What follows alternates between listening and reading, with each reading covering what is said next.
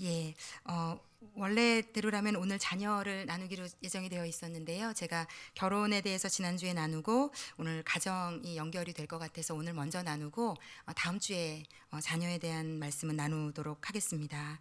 음, 가정이 지난주에도 말씀드린 것처럼 하나님이 만드신 아주 최소 단위의 작은 기초가 되는 기관이 되겠습니다. 이 가정에 대한 하나님의 뜻과 섭리가 성경 전반에 나와 있는데 이 진리를 아마 깨닫고 아시면 이 진리가 우리의 가정을 자유롭게 할 수 있을 거다라는 생각이 듭니다. 하나님이 만드신 이 가정이라는 기관에는 이 기관에 속한 조직원들이 있어요. 이걸 저희가 잘 아는 것처럼 성경의 남편들아, 아내들아, 자녀들아 이렇게 하나님이 특별히 바울서신과 베드로전서에 보면 많은 구절을 하나님께서 말씀하고 계신 것을 볼 수 있습니다. 제가 이렇게 성경을 가정에 관한 부분을 가지고 묵상을 하다 보면서 느낀 것인데 남편, 아내, 아버지, 어머니, 자녀 이런 것들이 하나님이 목적을 가지고 저희에게 부여하신 이름이라는 걸 알게 되었어요. 이게 그냥 어떻게 우연히 살다 보면 눈 맞아 결혼하고 결혼해서 살다 보면 애를 낳고 아유 그렇게 한평생 살다 가나 보다가 아니라 하나님이 작정하고 천지 만물을 만드시면서 남자 여자를 만드시고 가정을 만드시고 자녀를 생산하는 이 모든 그 가정의 어떤 기관 조직을 통해서 그 각자의 또 남편의 부르심, 아내의 부르심, 아버지, 어머니로서 자녀로서의 하나님의 부르심이 있다라는 걸 좀 알게 되었어요. 이거는 부여받은 겁니다. 그래서 우리가 뭐 선교사, 사역자 이런 것처럼 이런 영적인 일을 하는 분만 저는 하나님의 부름을 받은 자리, 위치라고 생각했었는데요. 이 가정의 남편의 자리, 아내의 자리, 어떤 이 자녀의 자리가 하나님의 부르심이 있는 목적을 가지고 주신 자리임을 알게 되었어요.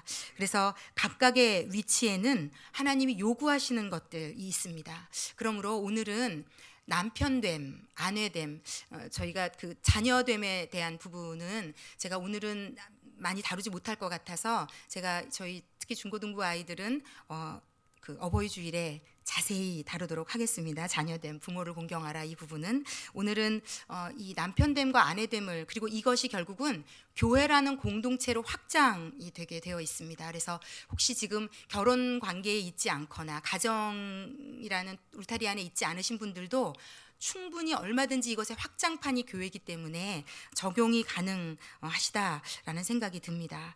자, 어쨌든 이 각각의 부르심에 하나님이 요구하시는 것들이 따로 성경에 자세히 기록이 되어 있습니다. 그래서 우리가 나의 뜻을 내려놓고 이 요구에 순종할 수 있다면 두 가지 복을 받아 가지게 되는데요. 첫 번째는 이 부르심에 순종해 가며 예수님을 알아가게 됩니다. 이 예수라는 분은 우리가 머리로 성경을 많이 읽고 공부를 한다고 받아가지는 분이 아니라요. 주신 깨달음을 삶에서 순종해 가며 알아가게 되는 분입니다. 그래서 예수님을 알아가게 될 것이고 두 번째는 이 연합 하나됨이 무엇인지를 배워가게 되는 놀라운 역사가 있게 됩니다. 남편들아, 아내들아, 자녀들아, 제가 요 순서대로 오늘은 좀 말씀을 전할 것입니다. 남편들에게 주신 성경의 말씀들을 다 알려드리려고 합니다. 그리고 아내들에게 주신 말씀들을 좀 알려드리고 궁극적인 하나님의 뜻에 대해서 좀 나누겠습니다. 이 부분들을 그런데 이해하시려면 한 가지 전제 조건이 필요합니다. 남자와 여자, 남편과 아내라는 이 이름은 하나님이 보실 때 하나님이 여기시는 중요도 면에서는 동일합니다. 그러니까 남자는 하나님께 더 중요하고 여자는 이런 차이가 아닙니다. 이것은 동일하게 중요한 영혼인데 어떤 역할 면에서 하나님께서 다르게 부여하셨습니다. 그렇게 하셨더라고요. 하나님의 섭리대로. 이렇게 이해하시면 아주 쉬울 것 같아요. 우리가 자녀가 하나 이상이신 분들은 저는 이제 하나라 이렇게 비교할 수 없지만 하나 이상이신 분들은 둘이 되었건 셋이 되었건 자녀는 다 소중하고 예쁘지 않겠습니까? 그런데 그럼에도 불구하고 첫째에게 거는 어떤 기대나 역할과 막내에게 거는 기대와 역할은 다릅니다. 이것과 비슷하다고 여기시면 될 것 같습니다. 특히 제가 오늘 그 남편분들 그 아버지 되시는 분들, 남자분들에게 좀 드리고 싶은 말씀은 하나님이 이 남자분들은 성경 전반을 통해서 하나님이 마치 그 장남에게 부모가 거는 기대치가 있으신 것을 깨닫게 됩니다. 하나님에게 주시는 대단한 기대가 있으세요. 우리 남자분들에게. 또 하나 놀라운 것은 하나님이 아버지라는 이름을 우리가 예수를 믿고 하나님을 부르게 하시는 호칭인데 이 영광스러운 이름을 우리 남자분들에게 부여하셨더라고요. 그 남자분들이 가정에서 자녀를 낳고 나면 자녀들이 아버지를, 남자분들을 아버지라고 부르게 하셨더라고요. 그래서 이게 얼마나 영광스러운 부르심인지, 얼마나 영적인 자리인지 이런 깨달음이 있으셨으면 좋겠어요. 성경에서 하나님이 너무 하시고 싶은 그 음성을 들으실 수 있으면 좋을 것 같아요. 그리고 또 한 가지 재미있게 여겨지는 게 있어요. 선악과 사건을 우리가 다 알고 있지만 분명히 하와가 뱀에게 꼬임에 넘어가서 그 선악과를 따먹거든요. 그걸 하나님은 다 알고 계세요. 다 보셨기 때문에. 그럼에도 불구하고 하나님이 남자가 부모를 떠나 아내와 한 몸을 이룰지라 이 둘을 하나로 보시는데 누구를 불러서 책임을 물으시는가 하면 하나님이 따먹은 하와를 불러서 책임을 물으시지 않습니다. 아담아 내가 어디 있느냐.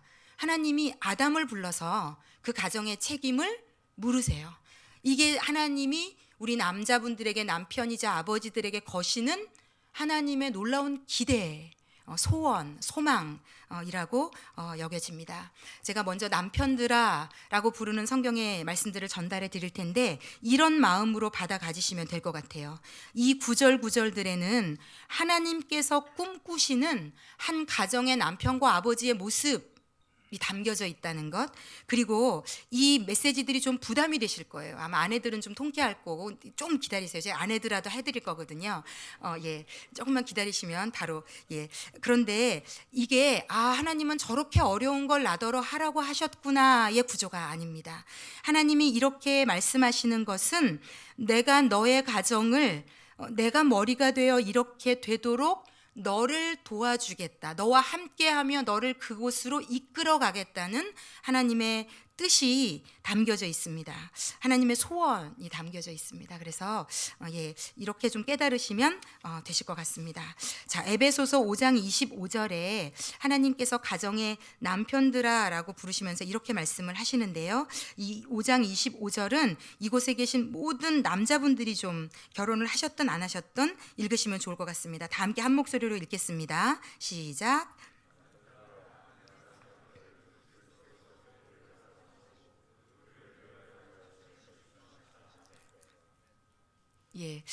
아멘 하시기에는 참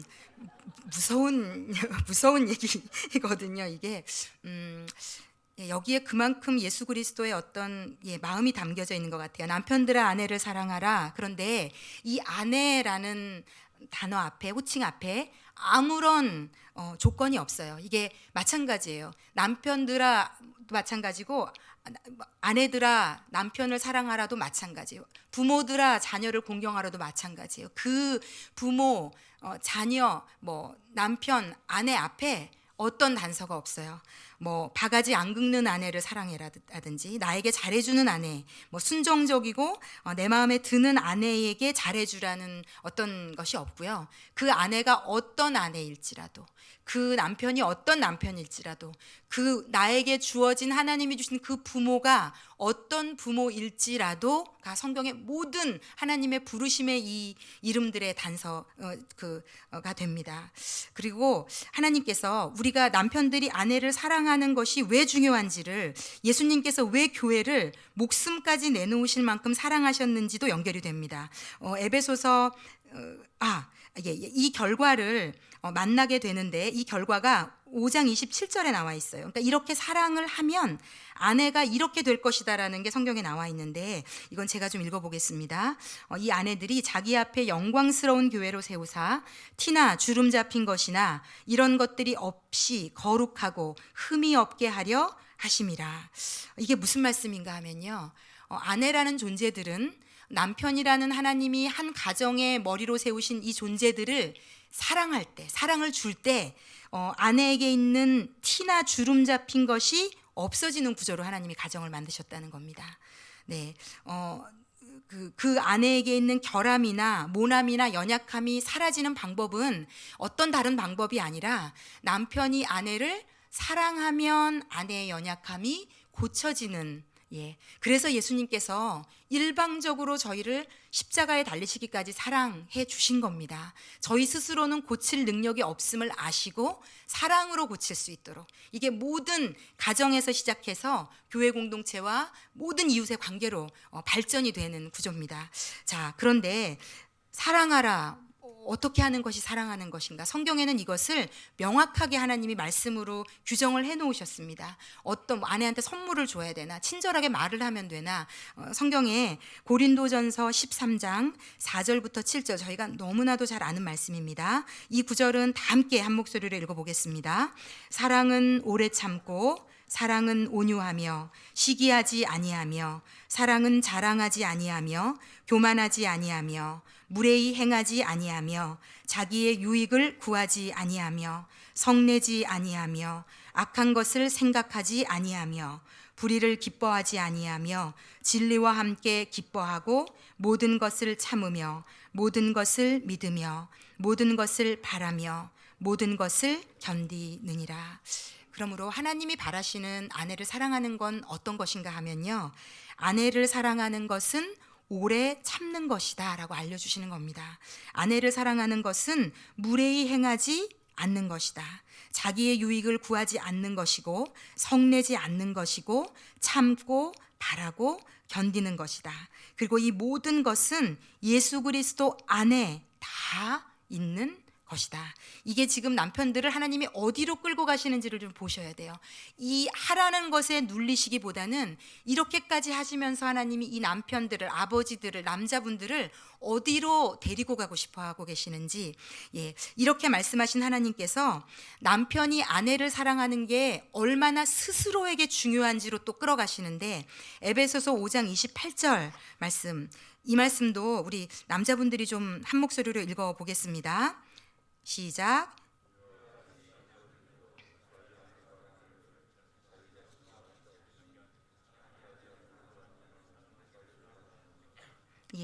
하나님께서 더 놀라운 단계로 나아가셔서 뭐라고까지 얘기하시는가 하면, 아내를 사랑하는 것이 너 스스로를 사랑하는 것이다 라고 우리 남편분들에게 얘기를 하십니다. 이게 영적으로 어떤 구조가 되어 있어서 그러냐면요, 제가 결혼은 너를 위한 것이다 라고 지난주에 말씀드렸습니다. 이게 이웃도 다 마찬가지예요. 교회 공동체에 당신을 위한 것이 결국은 나를 위한 것인 구조로 하나님이 만들어 놓으셨어요. 창세전에 인간을 존재시킬 때부터. 왜냐하면 우리가 믿는 하나님, 삼위일체 되신 하나님이 그러한 방식으로 살고 계시기 때문입니다. 그래서 아내를 무시하는 것이 곧 자신을 무시하는 구조가 되는 겁니다.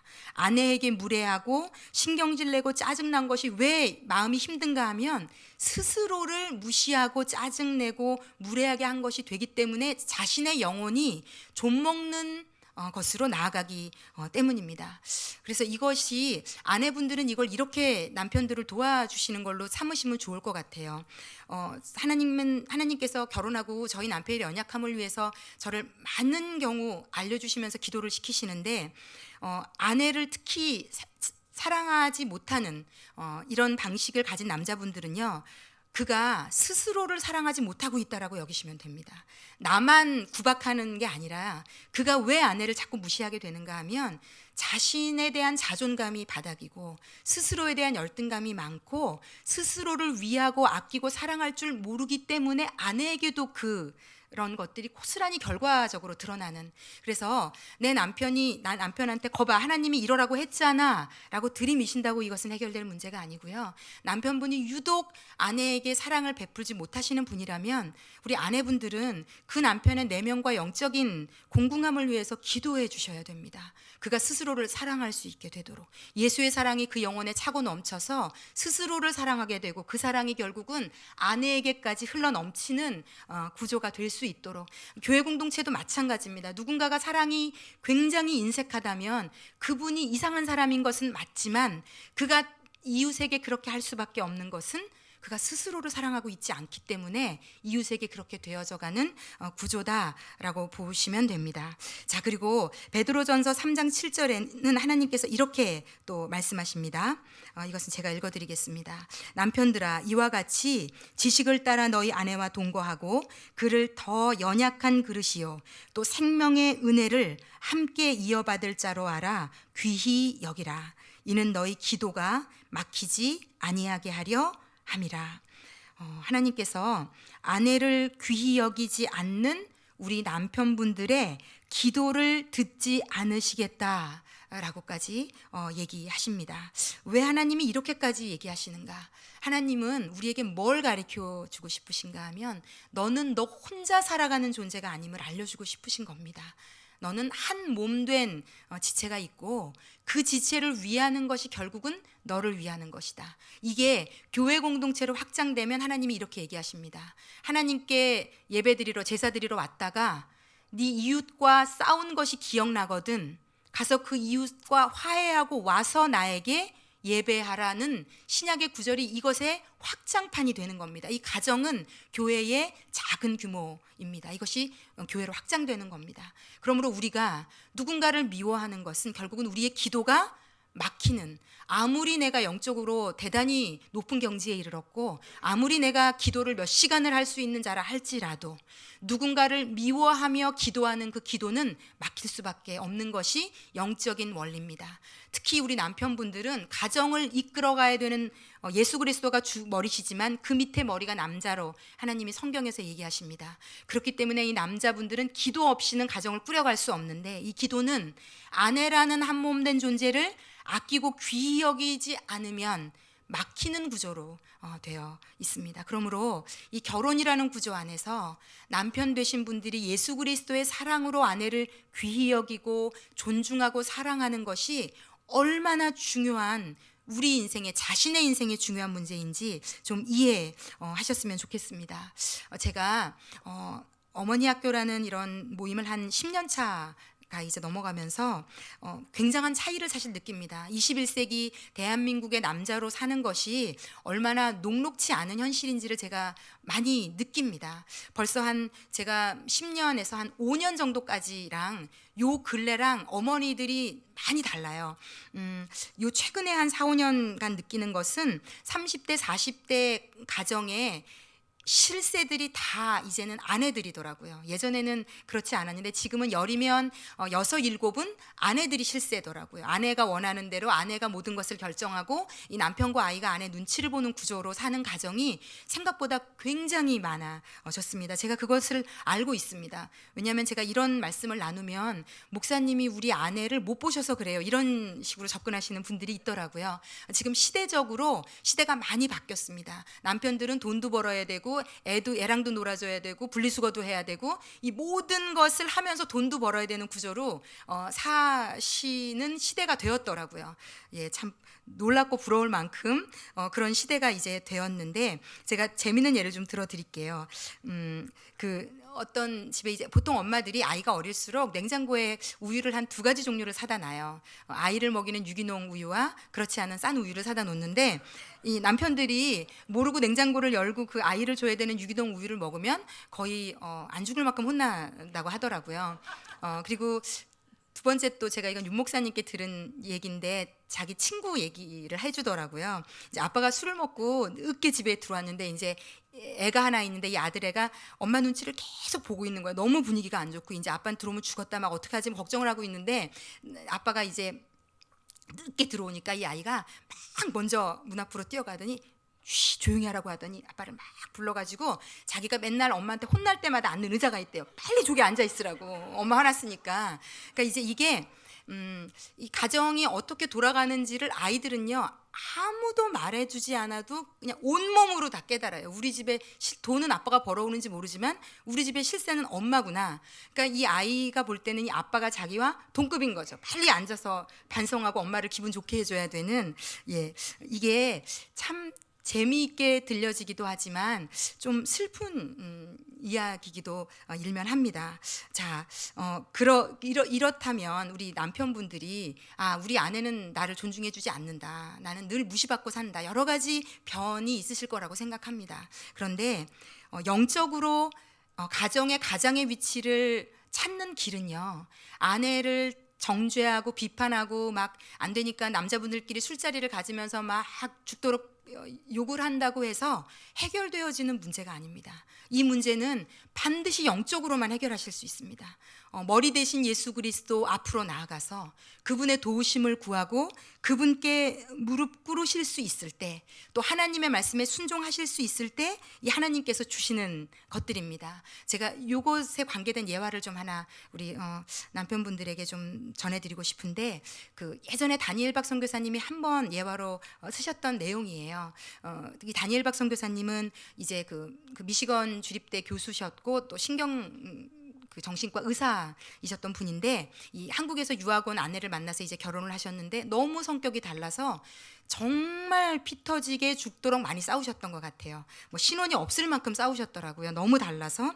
근데 이제 하루는 너무 두 분이 격하게 싸우고 이제 나가려고 하는데 성령께서 이분의 마음 가운데 아내에게 사과하라는 마음을 막 주시는 겁니다. 그래서 이분이 하나님 보시지 않았냐고, 우리 아내가 저한테 어떻게 하는지. 그러니까 누가 봐도 자신이 억울할 상황이었던 거죠. 누가 봐도 이건 제가 일방적으로 당했는데 왜 저더러 사과하라고 하시는가. 그래서 그걸 외면하고 무시하고 싶었는데 너무 성령께서 주시는 마음을 거절할 수가 없어서 이분이 순종하는 마음으로 이제 아내에게 가서 여보 내가 미안해, 내가 잘못했어 라는 얘기를 정말 믿음이 없이는 할 수 없는 한 거죠. 근데 또 저희 아내들이 또 호락호락하지 않은 존재들 아닙니까?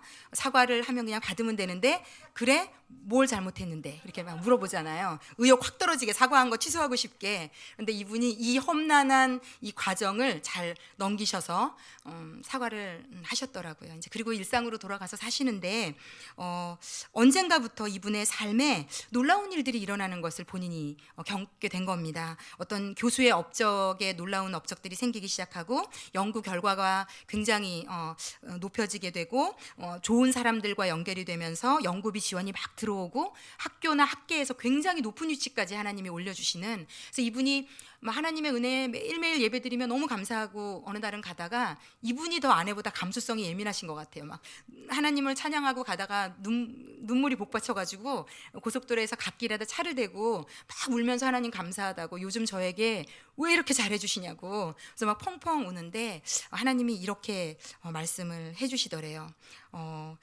네가 그때 너의 마음은 원하지 않았지만 내가 아내에게 사과하라는 마음을 줬을 때 나를 믿고 나를 신뢰하고 순종하는 마음으로 아내에게 가서 미안해 라고 말했잖아. 그 얘기를 하시더래요. 왜 이렇게 요즘 저에게 잘해주시느냐고. 네가 나에게 순종해서 너와 한몸 된 아내에게 미안해 라고 가서 사과했잖아. 내가 그 사과를 기쁘게 받았다. 그래서 너의 인생에 갚아주는 것이란다.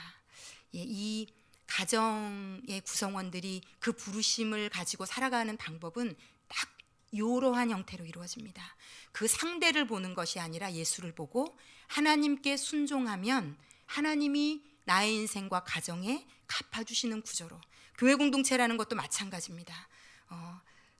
우리가 성령의 인도함 따라 하나님께 순종함으로 이웃에게 한 그것이, 부모에게 한 그것이 결국은 하나님께서 나의 인생에 갚아주시는 구조로 하나님은 일하시게 됩니다. 그래서 하나님이 간절히 이렇게 말씀하세요. 고린도전서 11장 3절에 이런 말씀이 있습니다. 나는 너희가 알기를 원하노니 남자의 머리는 그리스도요. 하나님께서 남자분들에게 너의 머리가 나다. 그 머리가 이 남자분들이 누구를 바라봐야 될 것인가, 누구의 명령을, 누구의 음성을, 누가 하는 얘기를 들어야 될 것인가. 그래서 오늘 좀 이곳에 계신 모든 저희 남자 성도분들에게 조금 오늘 이 말씀을 가지고 도전을 드립니다. 하나님께서 기뻐 받으시는 가정의 영적 위치를 회복하셔야 됩니다. 영적 위치를 회복하실 때 하나님께서 삶의 전반적인 위치들을 회복시켜 주실 것입니다. 우리 남편분들, 남자분들이 더 예수님을 사랑하셨으면 좋겠어요. 더 찾으셨으면 좋겠어요. 더 말씀과 기도 가운데로 나아오셨으면 좋겠어요. 21세기 대한민국의 가정의 권위가 살아나는 길은 영적 회복 외에는 없습니다. 우리 남편분들의 예배가 회복되셨으면 좋겠어요. 예배 가운데 예수를 만나고 그분으로 뜨거워지고 그분으로 충만해지셨으면 좋겠어요. 이것 외에는 답이 없습니다.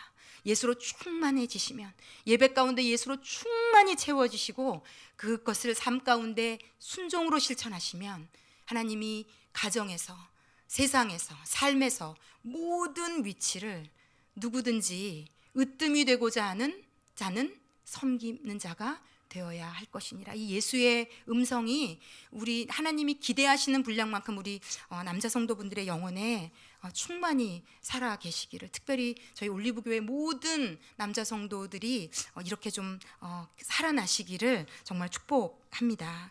이제 아내들아 좀 넘어가 보겠습니다. 자, 베드로전서 3장 1절에 이제 우리 아내들이 좀 한번 읽어보겠습니다. 하나님이 우리 아내들에게 주시는 말씀입니다. 다 함께 읽겠습니다. 아내들아 이와 같이 순종하라. 이는 혹 말씀을 순종하지 않는 자라도 말로 말미암지 않고 그 안에 행실로 말미암아 구원을 받게 하려 함이니. 네, 마찬가지입니다. 아내들아 순종하라. 이것을 요즘 좀 쉽게 더 표현을 해드리면, 아내들아 마음으로 남편을 인정해라로 받아들이셔도 될 것 같아요. 남편들이 아내의 마음을 읽는 것 같아요. 저 아내가 나를 무시하는지 그렇지 않은지, 인정하고 있는지. 그래서 마음으로 인정하는 것이 결국 전달이 되는 것 같습니다. 아까도 말씀드린 것처럼 어떤 남편에게 순종하라는 단서가 없습니다. 그리고 두 번째는 이게 아내에게만 주시는 독특한 하나님의, 남자와 여자는 이 뇌적인 구조부터 좀 다르거든요. 근데 아내들에게만 주시는 게 있는데, 말로 남편을 고치려고 하지 말고 행실을 보여줘라라고 하나님이 얘기하세요. 근데 이걸 보니까 동서고금을 막론하고 시대와 어떤 나라를 다 막론하고 아내들은 주로 남자들을 말로 고치려고 하는 성향이 다 있는 것 같아요. 말을 해서 남편과 아이를 고치려는. 그런데 이 성경은, 하나님께서 성경 말씀은 진리일진데 말로 고쳐지지 않는다는 겁니다. 나에게 주신 남편들은 내가 말을 얼마나 논리 있고 조리 있고 팩트를 아주 실제적으로 전달하는 것으로 변화되지 않는 존재라는 겁니다. 이게 더 놀랍게 잠언에 정말 많이 나와 있어요. 제가 2000년도 더 전에 쓰여진 잠언에 잔소리에 대한 얘기를 이렇게 실어놓고 있다는 것이 실로 놀랍고요. 이렇게 얘기하고 있어요. 잔소리하는 아내랑 사는 것보다 광야에서 혼자 사는 게 낫다. 이런 놀라운 말이 성경에 좀 놀라요. 바가지 긁는 아내랑 사느니 비가 새는 움막에 사는 게 낫다. 이런 놀라운 주옥 같은 표현들이 성경에 나오더라고요. 그러니까 2000년 전이나 지금이나 이스라엘이나 대한민국이나 여자들은 이 본능적인 에너지는 말로 고치는 걸로 나가는 것 같아요. 그래서 왜 성경에도 이 고린도 교회에서도 여자들에게 말을 조심시키는가 하면 주로 말은 여자들이 많이 하는 것 같아요. 동서고금 시대를 막론하고. 그래서 이것으로는 해결되지 않는다는 거. 남편들이 구원을 받는, 변화되는 것은 아내의 행실을 봄이라로 연결이 되어 있습니다. 그러므로 저희가 입을 닫고 기도하며 어떤 행동을 취하는 것들이 이 남편분들을 변화시키는데 가장 좋은 길이다라고 하나님이 말씀하고 계십니다. 또 에베소서 5장 33절, 이 5장 33절 우리 다 함께 읽겠습니다. 그러나 너희도 각각 자기의 아내 사랑하기를 자신같이 하고 아내도 자기 남편을 존경하라. 성경에 남편을 존경하라라는 구절을 하나님께서 이 표현을, 이 단어를 쓰셨더라고요. 존경해 주면 남자들이 변화된다는 겁니다. 이건 하나님의 모든 말씀의 구조가 이러합니다. 하나님 이걸 해주시면 제가 이렇게 할게요로 저희는 접근하지만, 하나님은 성경 66권을 통틀어 네가 이것을 순종하면 내가 이것을 주마의 구조입니다. 모든 구절은 순종할 때 받아가지는 구조입니다. 그리고 이것이 가정의 그대로, 가정이 이걸 연습하는 장소라고 보시면 됩니다. 하나님의 말씀을 연습하고 훈련받고 배우고 실천하는 장소입니다. 그래서 나의 부르심에 따라 순종하는 훈련을 하는 겁니다. 내 머리로 이해되지 않지만. 그래서 우리가 존경하는 거 먼저, 그리고 남편들이 변화되는 건 그 이후에 우리가 선물로 받게 되는 구조가 되겠습니다. 아내의 존중과 존경과 인정과 칭찬을 먹고 하나님이 세우신 그 남편들이, 아버지들이 성장해 간다. 그의 말을, 그가 하는 일을, 그의 존재를 인정해줘라, 귀하게 여겨줘라 라는, 제가 이렇게 순종해서 변화된 가정의 예가 너무 많은데, 제가 가장 따끈따끈한 최근에 있었던 예화를 한 개만 좀 들어드리겠습니다. 제가 그 아들 키우는 것이, 여자인 저희들이 엄마로 아들을 키우는 게 어려워요. 물론 딸을 키우는 게 쉽다는 얘기는 아닌데, 이 방식 자체가 좀 공부가 필요한 것 같더라고요. 그런데 제가 이제 하나님이 보게 하신 책이 미국에서 그 쓰여져서 번역된 책인데, 속 터지는 엄마, 억울해하는 아들이라는 아주 재밌는 제목의 책이 있어요. 그래서 이 책으로 6주간 이제 아들 세미나를 했어요. 그리고 이제 너무 재밌게도 제가 저희 그 오신 분들에게 집에 가서 한번 알아보라고, 왜냐면 그 책에 이렇게 써 있었거든요. 남자는 조그만 아이일지라도 엄마가 사랑해 라는 말보다는 대단해, 너 멋있어, 엄지를 내밀거나 엄마는 너를 존경해 라는 말에 더 민감하게 반응한다는 거예요. 그래서 한번 가서 해보자고. 그런데 10 중에 6, 7은 그러해요. 이 놀라운 일이에요. 그 10살짜리가 뭘 한다고 엄마 나는 사랑해보다 존경해라는 말이 더 좋은 것 같아, 이렇게 얘기들을 아이들이 하더라고요. 그런데 이제 이 영상을 보고 어떤 엄마가 이제 6세 아들하고 매일매일 전쟁을, 정말 아이랑 너무 매일 싸워서 이게 6세 아이랑 싸운다는 얘기가 좀 어불성설이긴 한데 요즘은 그런 것 같아요. 그래서 아이를 못 이겨서 너무너무 피곤해서 앞으로 어떻게 얘랑 사나, 이제 6세인데도 내가 이렇게 힘이 든데, 이러고 있다가 이제 이 강의 영상을 보게 된 겁니다. 그래서 이 엄마가 얘를 막 맨날 소리 지르고 윽박 지르고, 가르쳐야 될 건 당연히 가르쳐야 되지만 성경에도 분명히 훈육을 얘기하고 있고 심지어는 매를 얘기하고 있지만, 이 매에 내 감정과 내 욕심과 내 죄성이 담길 때 이건 절대로 아이를 교육할 수 없습니다. 제가 다음 주에 부모들아 라고 부르시고 딱 한 구절 성경이 신약에는 얘기합니다. 자녀를 주의 훈계와 그 훈계로 교육하고, 그리고 노엽게 하지 말라고 얘기합니다. 아이들은요, 우리가 우리의 죄성을 담고 감정을 담고 우리의 욕심을 담을 때 반드시 노여워하게 되어 있어요. 노여워하는 것은 어떠한 교육 효과를 못 일으켜서 곧 딱 한 구절 하나님 말씀하시거든요. 어찌되었건 그래서 이 엄마가 감정적인 모든 잔소리나 막 소리 지르고 막 이러는 것을 다 끊고 이제 아이에게 어떤 존중과 어떤 인정을 막 표현하기 시작했나 봐요. 그리고 한 일주일이 지났는데 이 아이가 6세인데 한글을 못 쓰는 아이거든요. 그런데 어디서 엄마에게 뭔가 써서 보여주고 싶었는지, 얘가 누구한테 배웠는지 유치원을 보내고 집에 들어오니까 탁자에 이 아이가 처음으로 문장을 쓴 걸 이 엄마가 본 거예요. 글을 못 쓰는 아이인데 뭐라고 썼는가 하면, 아마 유치원 선생님한테 써달라고 배웠던 것 같아요. 자기 글씨로 띄엄띄엄, 엄마, 저는 엄마를 사랑해요. 저는 엄마를 기쁘시게 하고 싶어요. 우리가 하나님께서 하라고 하신 것들을 나의 생각과 감정을 꺾고 하나님 한 분을 바라봄으로 무언가를 순종함으로 해나갈 때 결국은 그 외의 상황을 하나님께서 변화시켜주는 구조로 일을 하시는 것 같습니다. 그리고 하나님이 저희 아내들에게 이렇게 말씀하신다고 생각해요. 그를 존중해 주는 것이 곧 너 자신을 존중하는 것이란다. 그를 봐서가 아니라 나를 믿고 나를 신뢰하고 그를 존경해 줄 수 없겠니? 라고 저희에게 인정해 줄 수 없겠니? 그리고 그 최고의 수혜자는 바로 우리 각자와 아이들이 된다라고 말씀하십니다. 성경에 특별히 우리 아내들을 하나님이 돕는 배필이라고 창세기에 명명하셨는데, 이 돕는 배필이라고 부르시는 이유는 우리가 만난 남편들에게는 반드시 내가 돕지 않으면 채워지지 않는 영역들이 존재한다는 거죠. 도우라고 나에게 하나님이 남편이 없는 것들을 주신 것들이 있다는 거죠.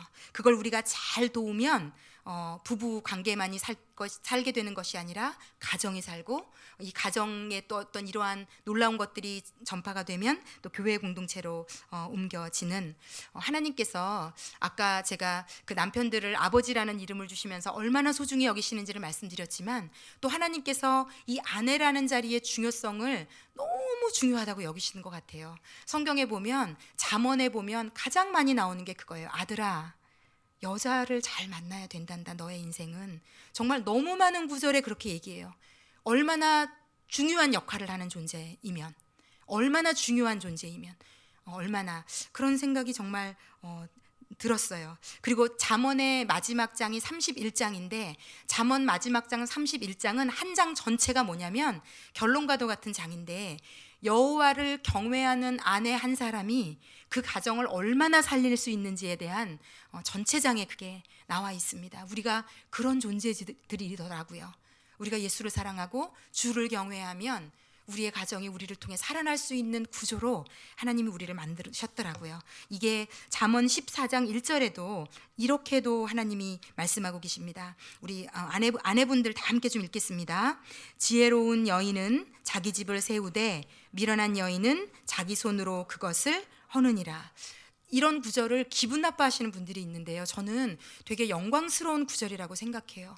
하나님이 나를 우리 가정에 부르셔서 아내라는 이름을 주셨을 때는 이 이름이 가정을 살릴 수도 있고 죽일 수도 있구나, 이 이름 안에 놀라운 하나님의 소원이 담겨 있구나, 얼마나 내가 그러므로 하나님 앞에 무릎 꿇어야 될 것인가, 얼마나 내가 예수를 사모해야 될 것인가, 얼마나 하나님이 주신 힘을 공급받아 우리 가정에 실어 날라야 될 것인가, 이런 놀라운 하나님의 섭리가 이곳에 담겨져 있다라고 여겨집니다.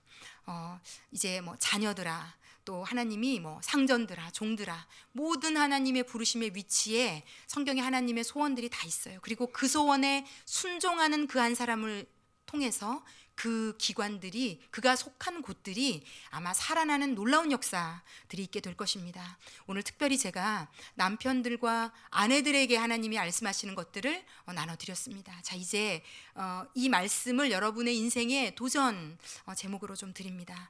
이것이, 하나님이 이것을 성경에 실어 놓으신 이유는, 이걸 죄된 본성을 가진 우리 힘으로는 결단코 할 수 없는 것을 아시기 때문에, 머리 대신 예수 그리스도께로 나아가지 않으면 절대로 해결될 수 있지 않기 때문에, 더 나아가 교회라는 공동체도, 확장판인 공동체도 마찬가지입니다. 예수가 머리가 되시지 않고 이렇게 다양한 내 배우자 하나도 품기가 어렵고, 내 뱃속으로 난 내 새끼도 하나 이해하고 품기가 어려운 저희들이 이곳에서 배우고 훈련하고 예수를 찾고 부르짖으며 연습해서, 이것이 교회라는 공동체에 더 많이 다양하고 더 많이 다른 누군가를 품고 이해하고 예수를 드러낼 수 있는 이런 구조로 우리가 나아가도록 하나님 원하고 계십니다.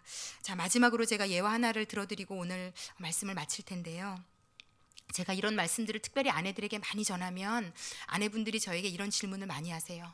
목사님, 저희 남편이 어떤 사람인지 모르셔서 하시는 얘기다. 그리고 왜 하나님은 꼭 나더러만 희생하라고 하시냐?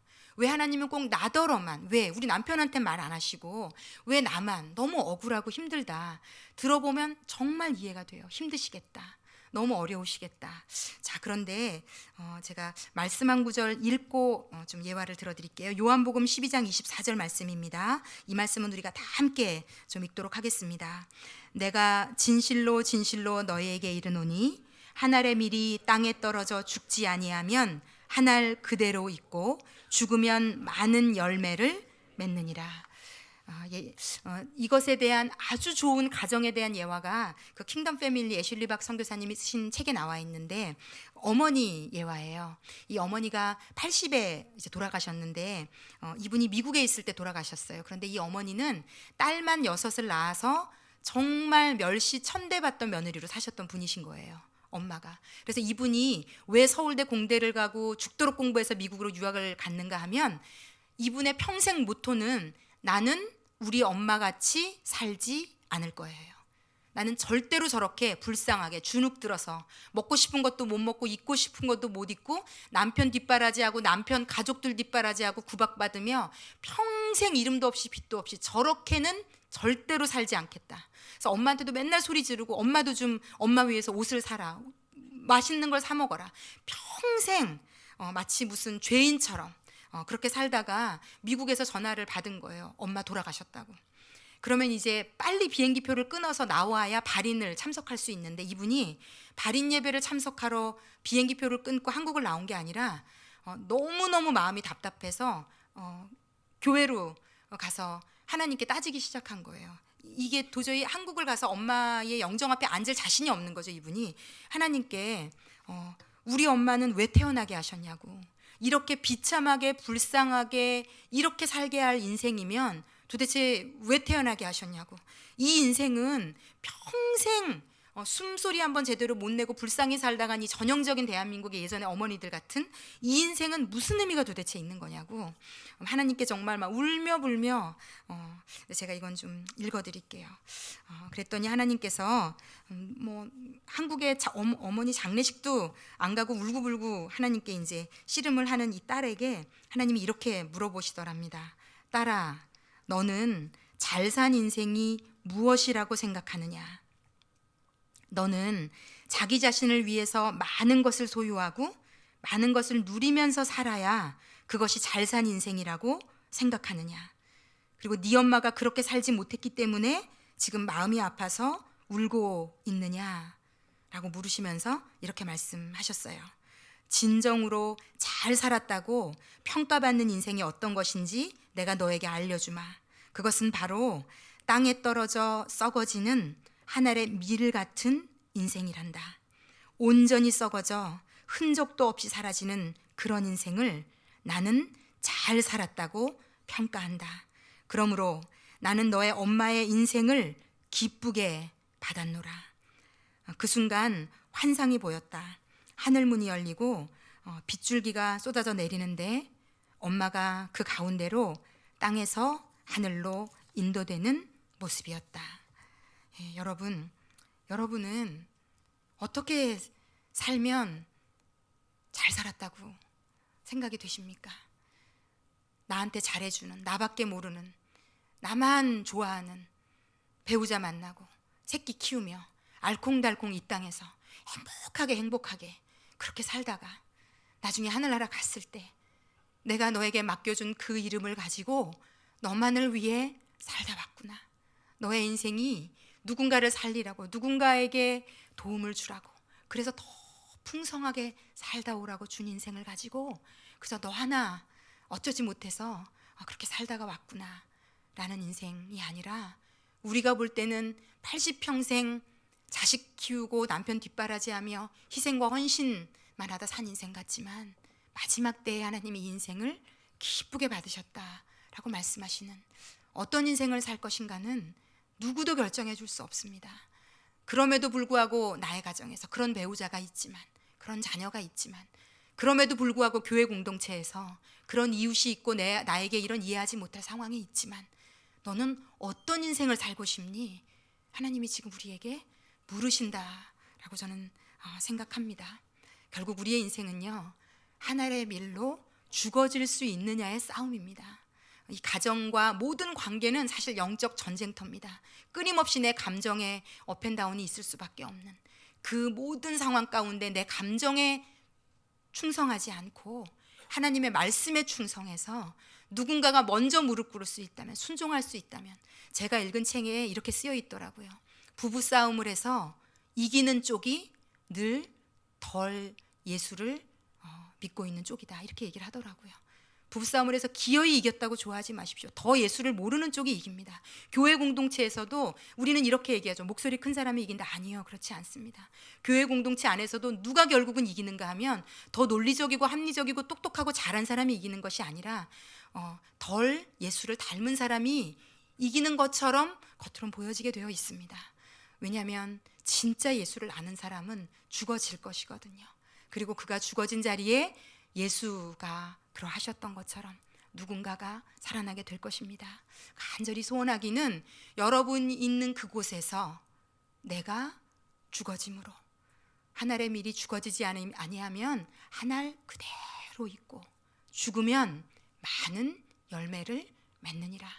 여러분이 있는 곳에 많은 열매들이 맺어지는 그런 귀하고 아름다운 인생 살아가시는 그런 주의 뜻이 풍성히 이루어지는 여러분의 가정 되시기를 예수님의 이름으로 축원합니다.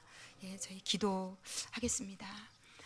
기도하실 때 제가 이 말씀을 준비하고 마지막에 하나님이 저의 영혼에도 그렇게 물으시는 것 같더라고요. 얘야, 만약에 하나님이 이 땅에 육신의 몸을 입고 오시는 것을, 이 땅에서 죽으시는 것을 거절했더라면 너는 어떻게 되었겠니? 전능하신 하나님이 굳이 십자가에까지 오르셔야 됐었는가? 이걸 거절하셨더라면 침뱉음 당하고 조롱당하고 매맞고 저주의 십자가에 달리셔서 그분이 하늘의 밀로 이 땅에 죽으셔서 내가 살고 내 가정이 살고 우리의 아이들이 죽음에서 생명으로 옮겨지게 되었습니다. 하나님이 이 예수의 본을 따라오지 않으련 우리 각자의 십자가를 지고 내가 있는 그곳에서, 가정에서, 교회에서, 나의 삶의 영역에서 죽어질 수 없겠니? 나의 손을 잡고 함께 그 길을 걸어가자. 죽으면 많은 열매를 맺느니라. 아버지, 하나님의 뜻에 따라 순종하며 죽어지는 길을 가기 원합니다. 남편들아, 아내들아, 부모들아, 자녀들아, 상전, 종들아, 그 부르심의 위치에서 죽어지는 길을, 그래서 많은 열매를 맺는 복된 인생, 마지막 때 예수를 만났을 때에 칭찬받는 인생, 그런 인생 살고 싶습니다. 성령 하나님 도와주십시오. 우리 다 함께 기도하겠습니다. 사랑하는 하나님 아버지, 이 세상 가치로 보면 정말 안쓰러워 보이는 80 노모의 인생을, 그 죽어져 가는 희생의 인생을 아버지 기쁘게 받으시는 것 우리 영혼에 알려주셔서 감사합니다. 하나님은 어떤 인생을 잘 산 인생이라고 보시는지, 하나님은 어떤 인생을 기뻐 받으시는지, 하나님은 어떤 사람이 있는 자리에 누군가를 살리는 일을 일으키시는지, 당신의 세계관과 가치관, 당신의 마음을 본받는 저희들 되기 원합니다. 아버지, 더 낮아질 수 있도록, 더 예수를 닮아가며 죽어질 수 있도록, 그래서 우리가 있는 가정이 살아나고 우리가 있는 곳에 누군가가 살아날 수 있도록 아버지, 저희의 인생이 예수를 닮아가는, 따라가는 인생 되도록 축복하시고 인도해 주십시오. 감사를 드리며 예수님의 이름으로 기도했습니다. 아멘.